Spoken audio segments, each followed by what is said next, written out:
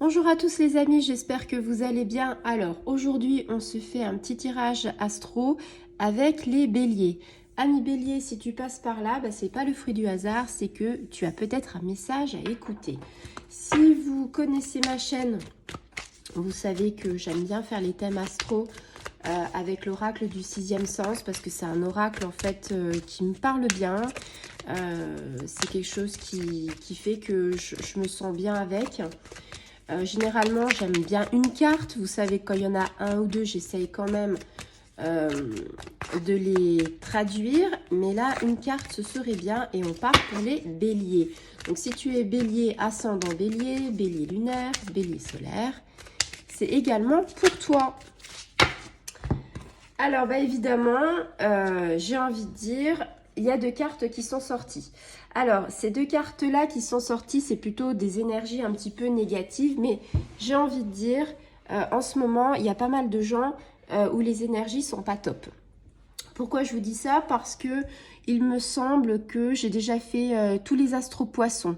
Il me semble que l'astro-poisson a eu cette carte-là. Et il me semble que cette carte-là, ça a été dans l'astro du cancer.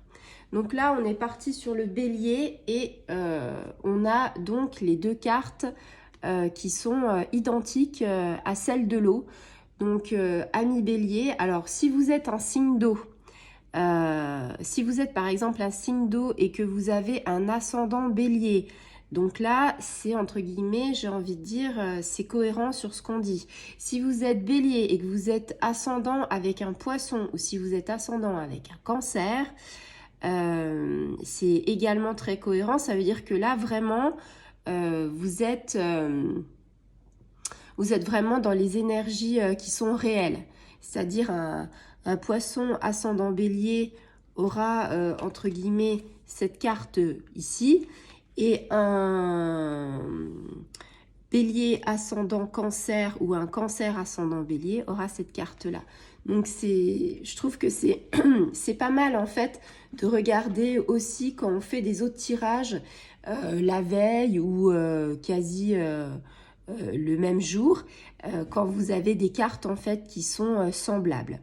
Alors, ami bélier, qu'est-ce qu'on a à dire sur ces cartes?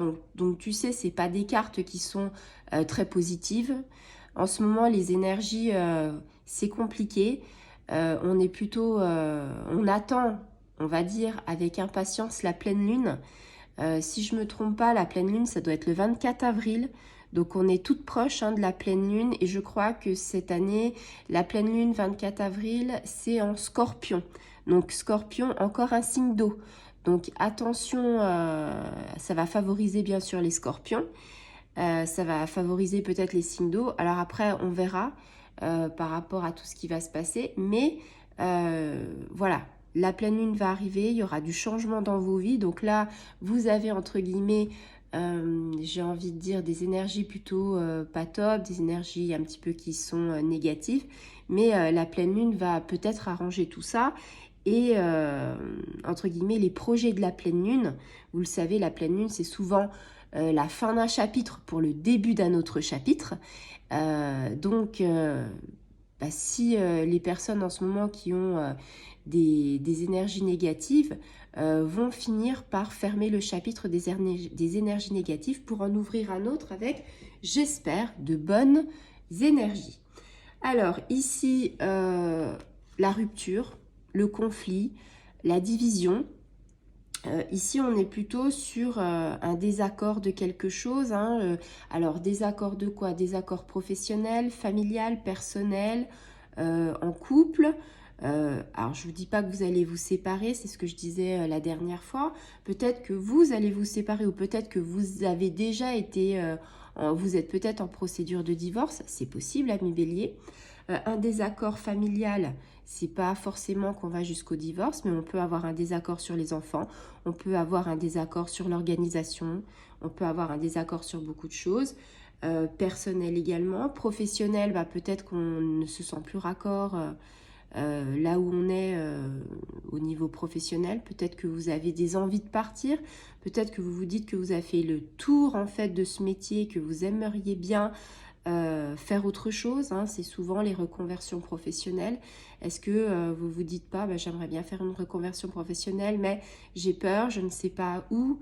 Peut-être que vous êtes en plein burn-out et que là, en fait, la corde, elle s'effiloche, mais elle n'est pas encore coupée. Mais justement, ne pas attendre de faire un burn-out massif pour pouvoir se dire que la corde ne va pas casser. Il vaut mieux, on va dire, lever le pied et se dire non mais attendez, là je sens que je vais pas bien, faire un appel à l'aide plutôt que d'attendre que la corde casse, et c'est pire que tout. J'ai envie de dire que quand on fait un burn-out et qu'on touche le fond du fond et que la corde est cassée, c'est 2 fois plus difficile de remonter la pente plutôt que de se dire bon bah la corde va casser, je sais que je suis pas bien, je sais que je suis en tension. Donc à ce moment-là, quand vous savez ça, eh bien la chose à demander, c'est tendre la main, c'est de lever le pied, de se concentrer sur soi et de se dire que dans la vie, il n'y a pas que, il n'y a pas que le travail. Le travail, c'est un travail alimentaire. Des fois, on aime ce qu'on fait. Mais la chose principale dans la vie, et je ne le dirai jamais assez, c'est la santé. La santé, vous en avez qu'une. Une fois qu'on l'a perdue, c'est compliqué. Donc, professionnellement, c'est ce qui nous fait vivre et ce qui nous fait manger. Mais la santé, on n'en a pas de prix. Donc là, avec cette carte, on parle de fin d'un cycle aussi, hein, donc c'est ce que je vous expliquais tout à l'heure. On est sur la fin d'un cycle, on n'en peut plus, on est à bout, il y a la soupape. La fin d'un cycle, c'est aussi ce que je vous expliquais par rapport à la pleine lune. Là, on ferme le chapitre pour en ouvrir un autre. Au niveau affectif, donc familial, sentimental, ça peut être une rupture. Peut-être que tu as rencontré quelqu'un, mais que tu n'étais pas, enfin, que tu n'étais pas marié, mais peut-être que c'est juste quelqu'un avec qui tu pensais que ça allait matcher, puis que finalement ça ne matche pas. C'est possible aussi. Donc, au niveau, alors pour le coup, autant la dernière fois, il y avait des énergies où je sentais, c'était plus intuitif. Ici, à Mi-Bélier, moi je suis plus dans le professionnel. Voilà. Au niveau professionnel, je suis plus, j'ai plus d'intuition par rapport au professionnel. C'est-à-dire, je sens plus que c'est ce domaine-là qui est touché. Donc, c'est ce qu'on disait, hein, attention au burn-out. Peut-être que votre patron vous en demande beaucoup. Peut-être que lui aussi est pris à la gorge et qu'il a besoin de rendement, qu'il demande beaucoup à ses ouvriers et que finalement, c'est compliqué. Alors, si votre patron, vous pouvez parler avec lui. Alors, quand je dis parler, c'est pas beugler dessus en disant c'est inadmissible. Non, je pense que on peut dire les choses avec diplomatie, et je pense qu'on peut dire les choses.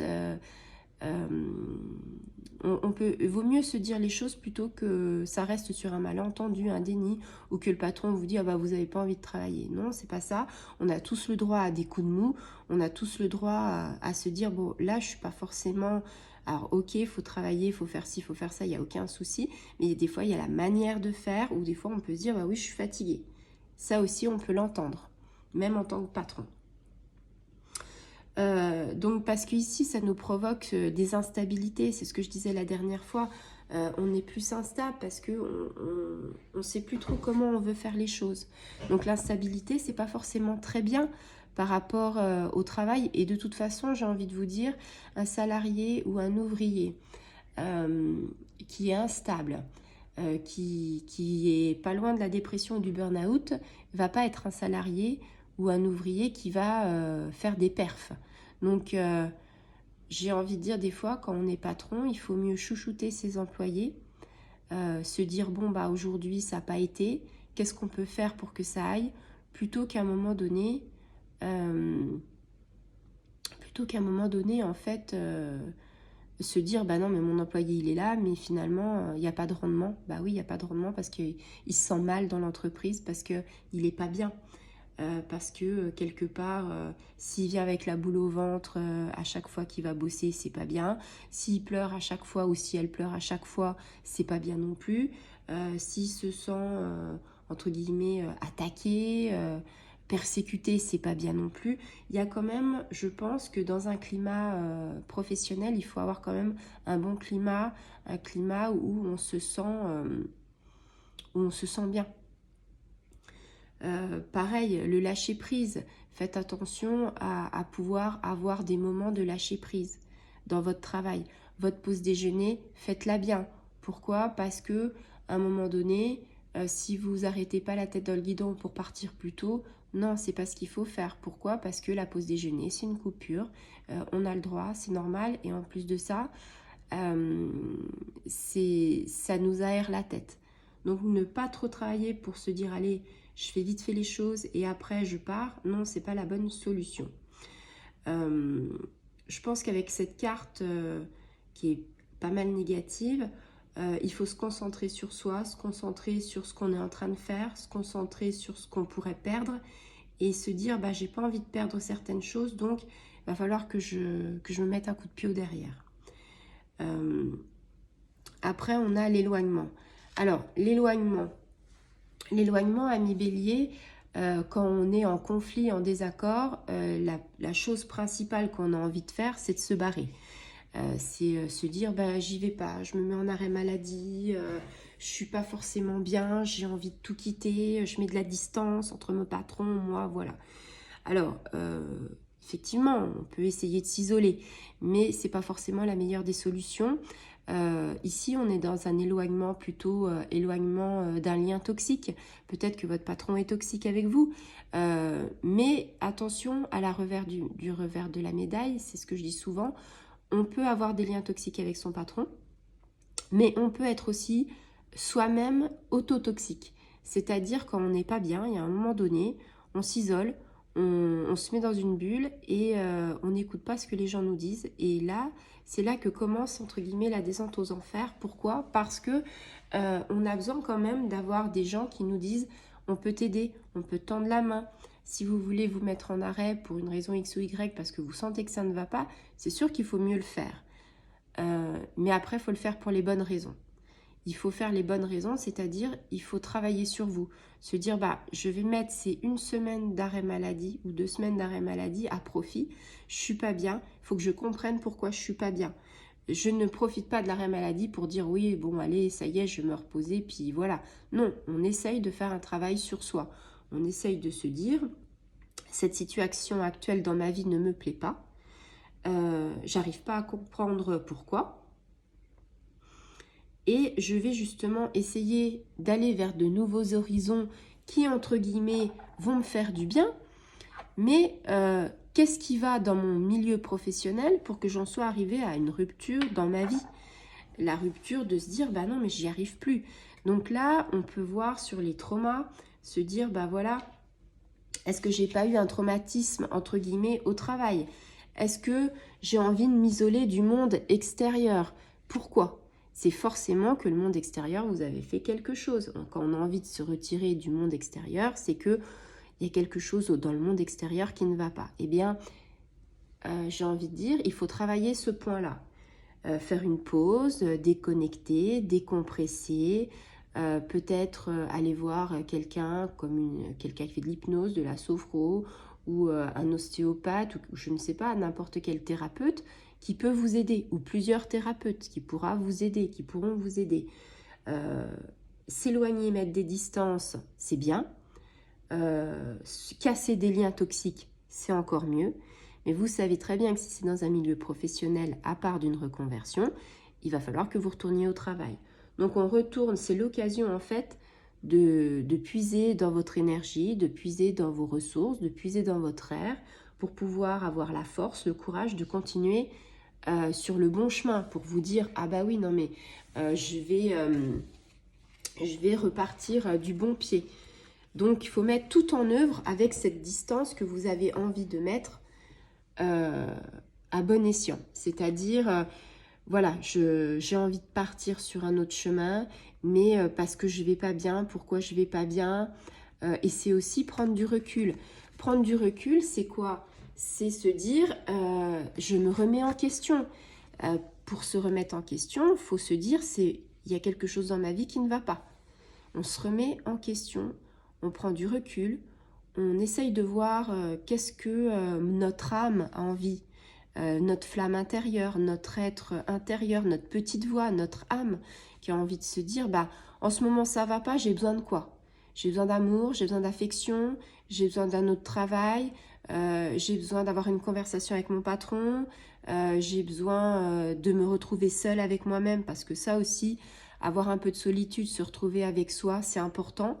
Voilà, vous avez plein de solutions, amis Bélier, pour justement essayer d'affronter ces énergies négatives en ce moment qui ne dureront pas. Vous savez très bien que la vie, c'est un cycle. Il y a des hauts, il y a des bas, il y a des épreuves. La vie, elle est constituée comme ça.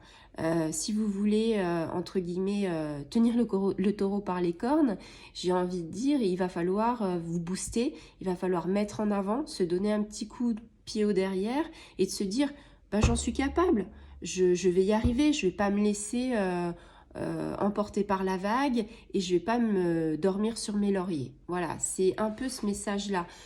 Quand je parle de cet astro bélier, ce qui me revient, cette intuition, c'est le milieu professionnel.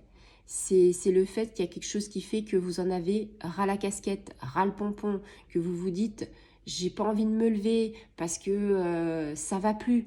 Eh bien, il y a des moyens de pouvoir arranger ça. Des moyens sur la respiration, des moyens sur vous, qu'est-ce que vous attendez, des dialogues, beaucoup de choses. Donc voilà, en attendant, entre guillemets, j'ai envie de dire des bonnes énergies que la pleine lune va nous donner le 24 avril, vous savez, 3 jours avant, 3 jours après, il y a plein de choses que vous pouvez faire. Et puis vous pouvez demander à vos anges, j'arrête pas de le dire. Un ange gardien, c'est fait pour qu'il soit sollicité. Alors demandez à votre ange gardien, qu'est-ce que je dois faire pour me sortir de cette situation qui est un petit peu compliquée. Peut-être que c'est une situation que ça fait pas mal de temps dans laquelle vous êtes, ou tout simplement, c'est peut-être une situation où ça fait quelques jours parce que vous en avez ras le pompon. Peut-être que, je sais pas moi, il y a un gros chantier qui arrive et que c'est compliqué à gérer. Donc, les énergies vont se renouveler. Vous aurez d'autres choses à découvrir et puis vous aurez certainement aussi encore d'autres épreuves. Et quelque part, rupture, on est au bout du rouleau et l'éloignement dans le sens de dire j'ai envie de tout plaquer. Attention, quand on a des cartes négatives comme ça, il y a toujours du positif derrière.